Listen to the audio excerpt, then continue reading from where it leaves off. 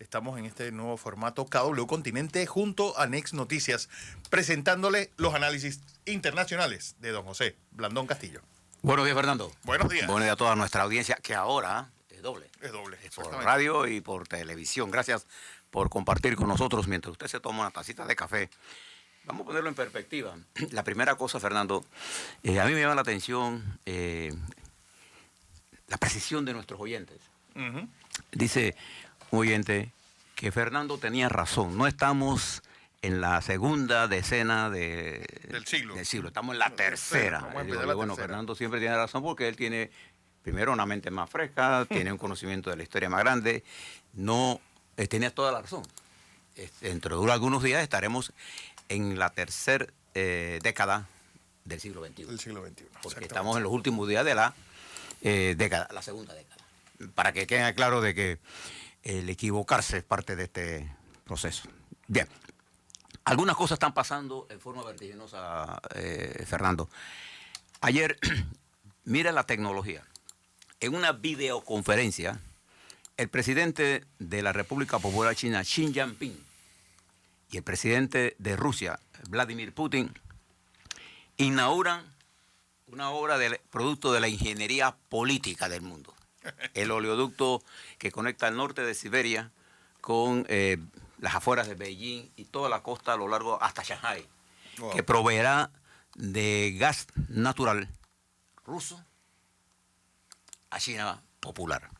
La obra que arrancó, Fernando, allá en el año 2004, y usted se recuerda de ese año, 2014, por la particularidad de que en ese momento se estaba desarrollando la guerra de Crimea. Que Rusia estaba aislada. Exactamente, y Rusia se anexó la península de Crimea, que pertenece a Ucrania. Ahora usted entenderá esta relación entre Ucrania, Estados Unidos y Rusia, esta controversia. Pero a ese problema, el presidente ruso y el presidente Xi Jinping, que se han entrevistado más de 30 veces, sí, quizás sean los líderes que más hablan. Bueno, ayer inauguraron esta obra de unos 6.000 kilómetros de canal para conducir gas natural. Escuchen lo que le voy a decir, porque ahora le voy a hablar de gas natural. Nosotros antes de tiempo debemos tener gas natural en nuestra matriz energética. Exactamente. Pero las peleas internas no nos permitieron usarlo. Bueno, la mente pueblerina con que se manejó este país en los últimos 5 años. Esa es la palabra. La mente pueblerina. Fíjese, ¿y por qué es importante esto? Porque ayer yo le hablaba del problema geopolítico, entendiendo siempre la geopolítica como la acción, la influencia que tiene la geografía física, como señala Omar Jaime Suárez, y la geografía humana en las relaciones de poder entre los hombres del Estado para cambiar el paisaje del planeta. Bueno, este paisaje nuevo, de 6.000 kilómetros de línea para transportar gas natural, constituye uno de los proyectos más ambiciosos de este siglo, de lo que va este siglo. Para que usted tenga una idea, por ahí se debe transportar en 30 años de duración útil de este proyecto, cerca de 1 billón de metros cúbicos de gas natural, lo que aproximadamente serían 38.000 millones por año. Se supone que los costos de la construcción de esto oscilan entre 50.000 millones de euros para Rusia y 50.000 millones para China. Este oleoducto constituye el esfuerzo mancomunado estratégico de Beijing de proveerse de combustible para el desarrollo vertiginoso de su economía, creciendo a una rata hoy de 6% y durante los últimos decenios por encima del 10%. Beijing, China es hoy una de las grandes potencias del mundo. Pero esta no es la única obra que se inauguró. El viernes pasado se inauguró un puente, el Dragón Negro, entre la comunidad china de Haish y la comunidad rusa de, recuerden el nombre de Bragovchensk. Ese puente tiene la capacidad de resistir temperaturas de menos 60 grados. Bueno, que es lo que más o menos hacen por ahí. Eso hace por allá, para que usted sepa. Si usted siente frito aquí, hasta de 60, menos 60 grados centígrados. La obra en sí constituye un paso importante en la ruta, en la hoja de ruta de China y se representará para la economía rusa, que se encuentra en proceso de recuperación, de 364.000 millones de ingresos adicionales. ¿Por qué yo le hablo de esto? Porque este desarrollo, este cambio del paisaje, producto de la ingeniería política, claro, hay la ingeniería que construyó la obra, porque esta va a tener varias subestaciones de suministro de gas a lo largo de su ruta, gas que es totalmente ruso para el desarrollo de China. Usted recordará que China y Rusia tienen 70 años de relaciones diplomáticas que han pasado por altos y muy bajos. ¿Usted recuerda? Muy baja, que estuvieron a punto de una guerra en los años 60. Sí, y te recuerda que cuando Kissinger hace su ofensiva para reconocer a China, era parte de la estrategia norteamericana para aislar a Rusia. Bueno, el señor Trump, no sin razón, había dicho que él necesitaba mejorar las relaciones con Trump. Pero las luchas internas, escuche esto importante, le han impedido el desarrollo de la estrategia geopolítica que concibió el presidente Trump y sus fuerzas. Porque era ese el momento de llegar a relaciones con Rusia para enfrentar exitosamente, si querían, a China. Al no hacer lo que se ha producido, una relación que se ha profundizado en materia económica entre la República Popular China, con su creciente influencia, que es mucho más poderosa económicamente que Rusia. Rusia es militarmente, probablemente, digo, fíjate la palabra que uso, porque en materia militar uno no sabe qué es lo que realmente cada uno tiene, cada cual dice lo que tiene a su manera. Y esto ha creado, digamos, el consorcio de manejo de energético más grande del planeta Tierra. Esta geopolítica pasa por el interés geopolítico de China en Panamá. Exacto. Entonces ahora que yo lo que quiero que usted enlace todas estas cosas, porque esta no es una noticia cualquiera. Esta es una noticia que va a tener impacto, que demuestra el nivel de aislamiento que se ha quedado los Estados Unidos, ¿no así? Que las contramedidas de ayer de Estados Unidos, ¿sabe cuál es? El presidente Trump anunció aranceles contra Francia, posibles sanciones de 100%. Recuerden que Francia aumentó los impuestos a las empresas digitales norteamericanas y anuncia que va a quitar la protección, va a subir los aranceles a el acero de Brasil y de Argentina, y puso a Bolsonaro a la defensiva. El único aliado que tiene en Sudamérica real. En nuestro continente, una de las economías más importantes. En este mundo moderno, los Estados Unidos se encuentran más alejados de los aliados estratégicos y aislados. Y eso no es bueno para nadie. Porque al no poder resolver el problema de comercial, la República Popular China, en esta alianza estratégica con Rusia, intenta recuperar mercados, porque China invertirá y además comerciará con la República Rusa con mayor, para resolver el problema de la falta de mercado en los Estados Unidos. Por supuesto. Y esas transacciones entre China y Rusia, estimados televidentes y radioescuchas, se hace en las monedas de ellos. Sale de la circulación el dólar. Y no sale por, y rublos, ¿no? Y no sale por cantidades pequeñitas. Sí. Sale por la millonada que le estoy hablando, que a veces está difícil tener esta... Inconmensurable para algún... Fíjese este cambio geopolítico en la geografía del mundo energético. Mientras Irán, ayer el presidente de Irán, Rouhani, plantea que Irán, para hacerle frente al bloqueo norteamericano, está haciendo canje de petróleo por otros bienes con diferentes países, y utiliza ahora la nueva relación que se ha surgido, porque Irán se encuentra en un lugar estratégico ¿frente a qué? Frente al comercio. Irán es una potencia petrolera, pero es una potencia marítima. Al final es lo que todo el mundo está perdiendo de vista. ¿Y qué somos nosotros en Panamá? Somos un centro de servicio, ¿qué cosa? Marítimo. Entonces, al no comprender estas cosas, usted verá cuánta importancia le darán en los noticieros, salvo aquí, en esta televisora y en esta radio, a esta noticia. No porque usted sea pro-chino ni porque sea pro-ruso, es porque usted tiene que entender lo que está pasando en el mercado Porque ese mercado necesita.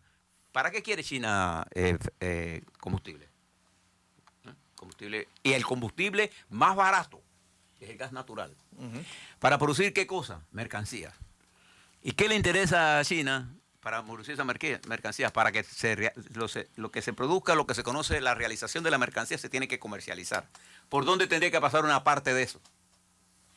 Por el Canal de Panamá, de uno de los 5 estrechos más importantes y el estrecho artificial más importante, el canal más importante del mundo.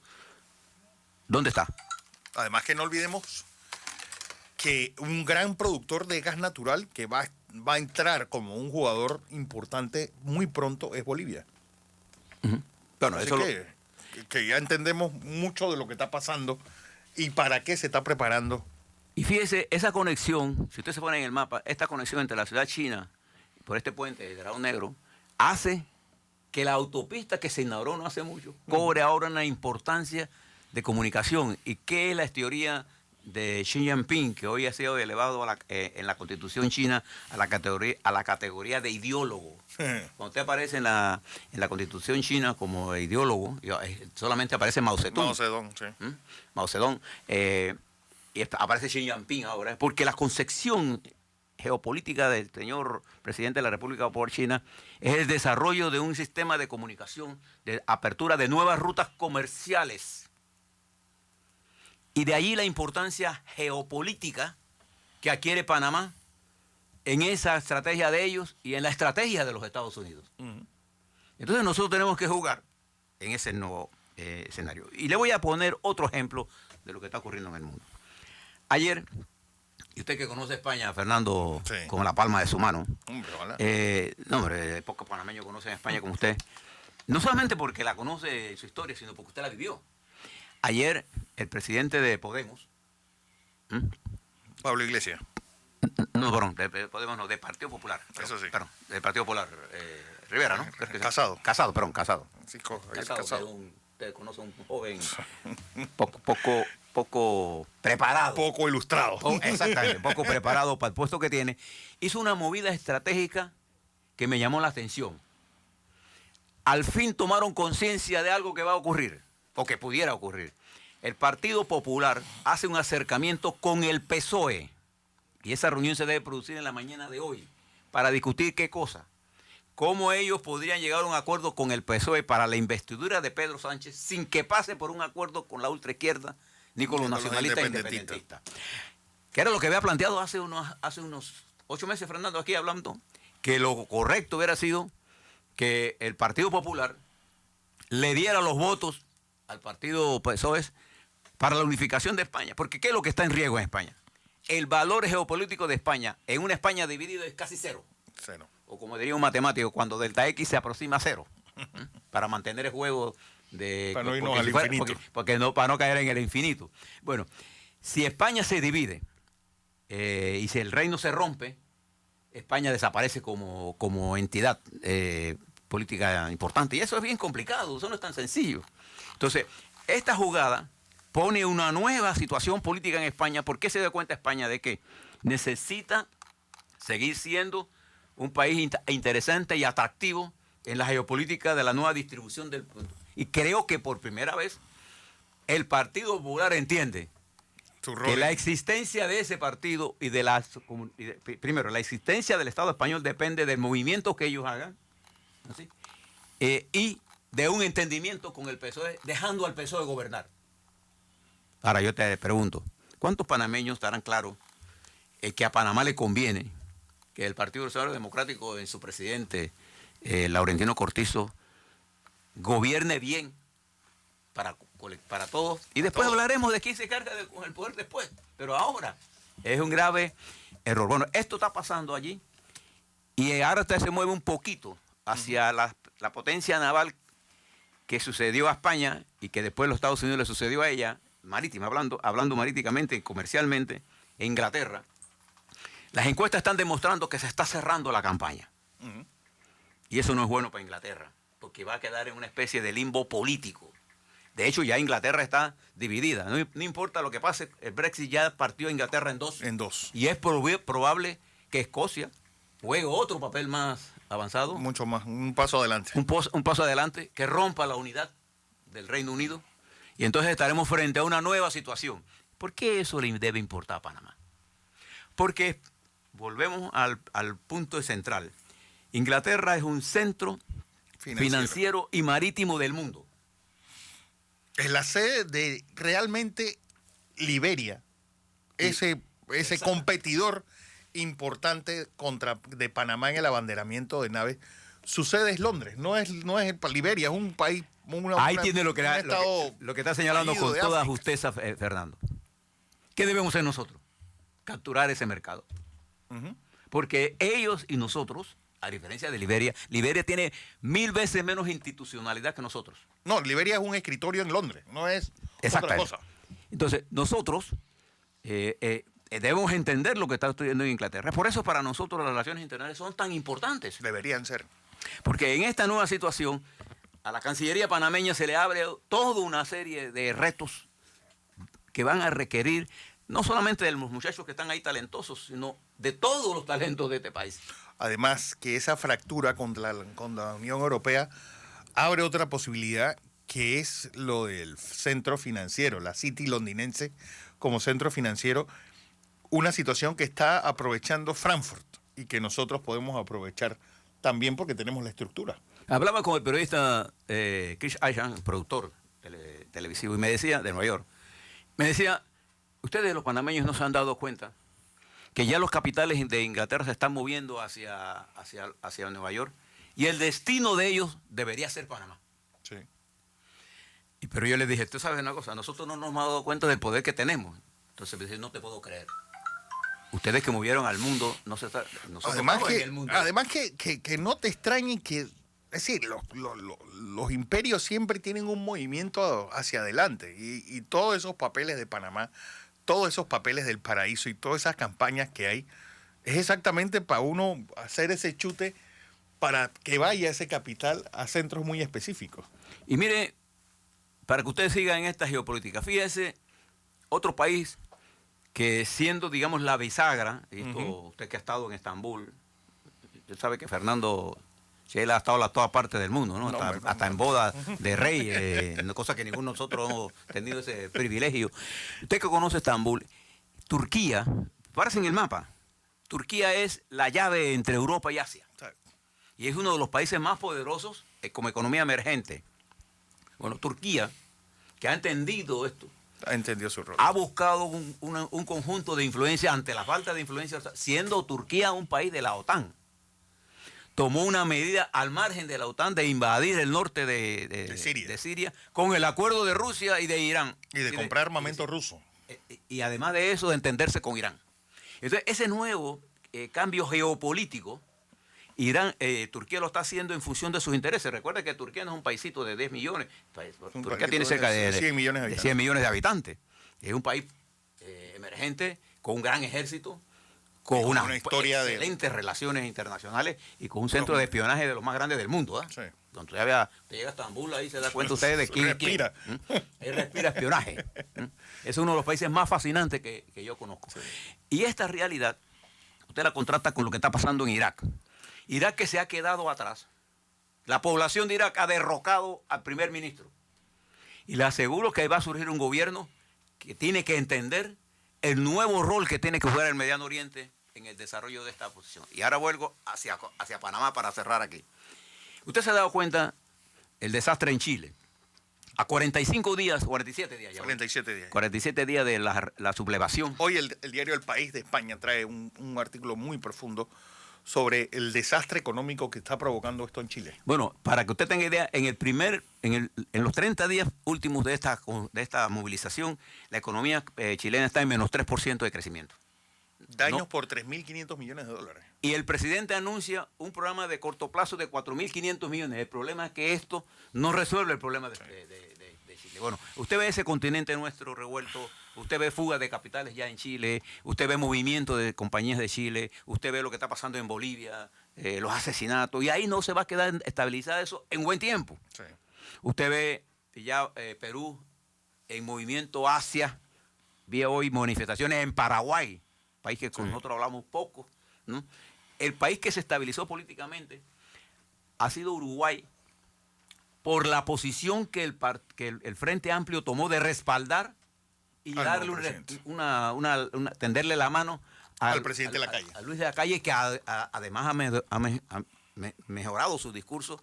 Y usted ve a Venezuela